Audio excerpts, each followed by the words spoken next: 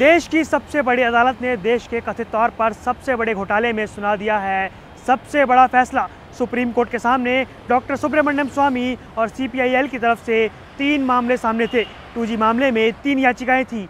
पहला मामला जिसमें कहा गया कि तत्कालीन टेलीकॉम मंत्री ए राजा के वक्त में दिए गए तमाम 122 लाइसेंस को रद्द कर दिया जाए। दूसरी याचिका थी कि उस वक्त के वित्त मंत्री पी चिदम्बरम की भूमिका की जांच हो, क्योंकि उनकी भूमिका संदेह के घेरे में थी और जांच का दायरा उन तक भी बढ़ाया जाए। और तीसरी याचिका थी कि इस पूरे मामले में एक SIT का गठन किया जाए जो इस पूरे मामले पर निगरानी रखे। और अब इस पर कोर्ट ने सुना दिया है अपना फैसला।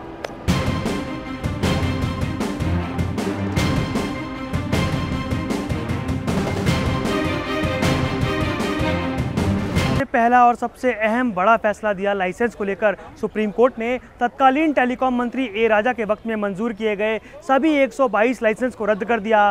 साथ ही कंपनियों पर भारी जुर्माना लगाया और 4 महीने का वक्त दिया ताकि स्पेक्ट्रम आवंटन की प्रक्रिया को दोबारा से दोहराया जा सके। सुप्रीम कोर्ट ने आज एक बहुत ही अहम महत्वपूर्ण फैसले में ये बोला है कि जो 2G लाइसेंसेस राजा साहब ने जनवरी 2008 10 जनवरी 2008 या उसके बाद दिए थे, वो सब रद्द कर दिए जाए और इनका फिर से ऑक्शन किया जाए 4 महीने के अंदर, जिससे कि सरकार का जो पैसा लूटा गया जितना भी था 50,000 करोड़ या 1 लाख करोड़ या 1,76,000 करोड़, वो सारा ऑक्शन से सरकार के पास वापस आ सके। सुप्रीम कोर्ट के सामने दूसरी याचिका थी जिस पर सबकी नज़र थी और वो थी तत्कालीन वित्त मंत्री पी चिदम्बरम को लेकर उनकी भूमिका को संदेह के घेरे में रखना।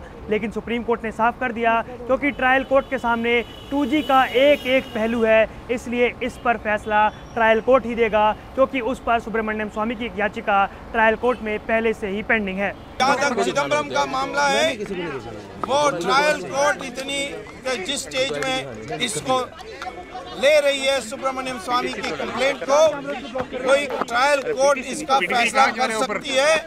और जो भी हमने यहाँ अपनी टिप्पणी की है उसको देखे बिना ट्रायल कोर्ट फैसला करें और CBI भी इस पर कार्रवाई करें।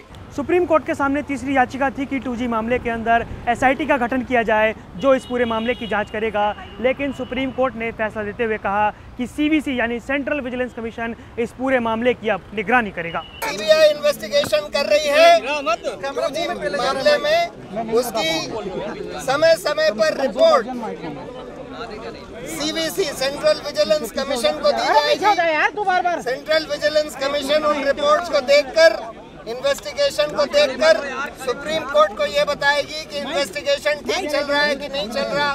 सुप्रीम कोर्ट ने 2G मामले में सरकार की ओर से आवंटित लाइसेंस को रद्द करके सरकार को एक बड़ा झटका पहले ही दे दिया है। इससे पहले 16 महीने तक पत्र को दबा के रखने के मामले में सरकार की किरकिरी हो चुकी है।